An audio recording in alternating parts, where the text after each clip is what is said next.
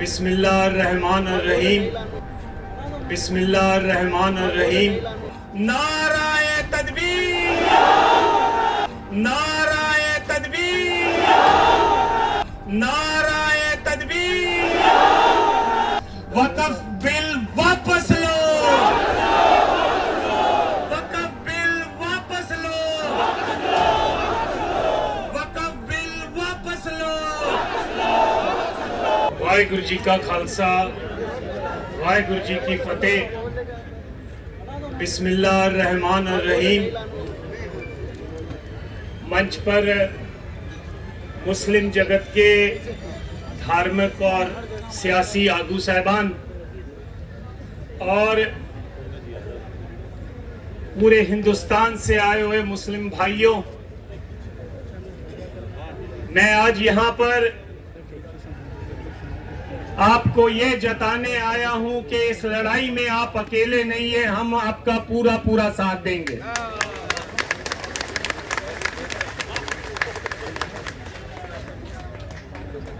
हिंदुस्तान की सरकार कोई भी हो, उसकी हमेशा ये कोशिश रही है कि मुसलमानों को, सिखों को, ईसाइयों को, सबको अकलियतों के रूप में वो इकट्ठा कर, अलग अलग करके तो अपनी लड़ाई जो लड़े। आज आपकी ताकत को देखते हुए एक और बड़े मुहाज की आज आप नींव रख रहे हैं कि हम अकलियत नहीं है, हम मेजॉरिटी है। और ये तब मुमकिन हो सकता है जब हमारी लड़ाई आपकी हो और आपकी लड़ाई हमारी हो। ये तब हो सकता है जब वक्फ बोर्ड की जमीनें अगर बिहार में उठाई जाती हैं या कोई धक्का किया जाता है या यूपी में किया जाता है, तो पंजाब में से मुसलमान और सिख भाई वहां जाकर लड़ाई लड़े और अपनी जो है उनको बताएं कि ये हम बर्दाश्त नहीं करेंगे। और मैं आपको ये बताना चाहता हूं, ये फितरत में है। बिहार में पटना साहिब हमारी वो मुकद्दस जगह है जहां पर 10वें गुरु गोविंद सिंह जी ने जन्म लिया था, प्रकाश हुआ था उनका। वहां की जमीनें भी डिस्ट्रिक्ट जज के अधीन हैं। आधे से ज्यादा जमीनें 1956 से लेकर आज तक छीन ली गई हैं। इसी तरह नांदेड़ में आधे से ज्यादा नांदेड़ शहर हमको निजाम हैदराबाद ने महाराजा रंजीत सिंह के काम से खुश होकर तखत हजूर साहब को वो जमीन दी थी। उस नांदेड़ शहर की आधा से ज्यादा जमीन जो है महाराष्ट्र की सरकार ने कब्जा किया हुआ है। पिछले 12 सालों से चुनाव नहीं होने दे रहे हैं और उनका पूरा मंसूबा है कि हमने जो है उस कमेटी के ऊपर अपनी जो है हुकूमत चलानी है। तो मेरा आपसे यही कहना है कि वक्फ बोर्ड की जमीन गरीब की जमीन है। वक्फ बोर्ड की जमीन धार्मिक बंदे की जमीन है जिसने दसवंध दिया, कहा भी चलो मेरे दादा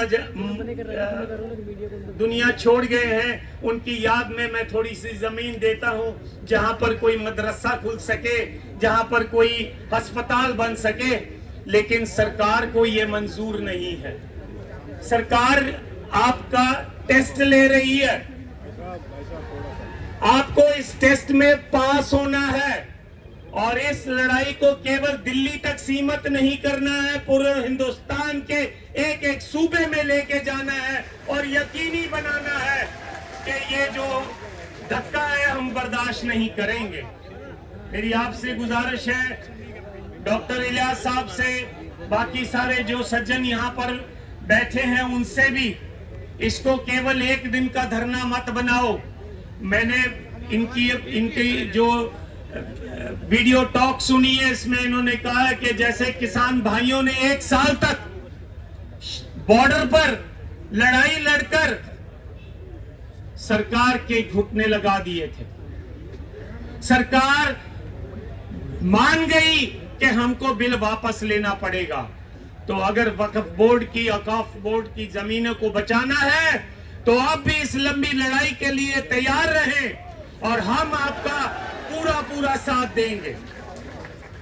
और उसके लिए अगर हमें जंतर मंतर पर भी 1 साल बैठना क्यों ना पड़ जाए, हम आपका पूरा साथ देंगे। और यदि हमें यह ऐसा लगे कि हमको यूपी और दिल्ली का बॉर्डर सील करना है, तो हम उसके लिए भी तैयार रहेंगे। ये रीजनल लड़ाई नहीं है, ये धार्मिक लड़ाई है, और धार्मिक लड़ाई धार्मिक जज्बे से ही लड़ी जा सकती है। तो आओ, हम आपका पूरा साथ देंगे।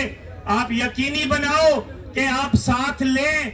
अगला मोर्चा अगर जरूरत पड़े तो मलेरकोटले में लगाओ, लुधियाना में लगाओ, और सारे हिंदुस्तान से जो मुसलमान भाई है वहां पर आए, और हम सिख भाई जो हैं वो भी रल मिलकर आपका पूरा वहां साथ देंगे। और सरकार को एक मैसेज देंगे, मुसलमान की लड़ाई हमारी लड़ाई है, और हमारी लड़ाई आपकी लड़ाई है। तुमने दलितों की जमीनें ली, हम चुप रहे, लेकिन हम चुप नहीं रहे, फिर भी दबी जबान में अपनी आवाज उठाते रहे।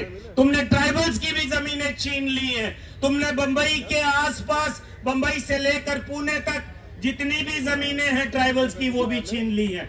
लेकिन अब वक्त आ गया है, इनफ इज इनफ, अब बर्दाश्त नहीं होता।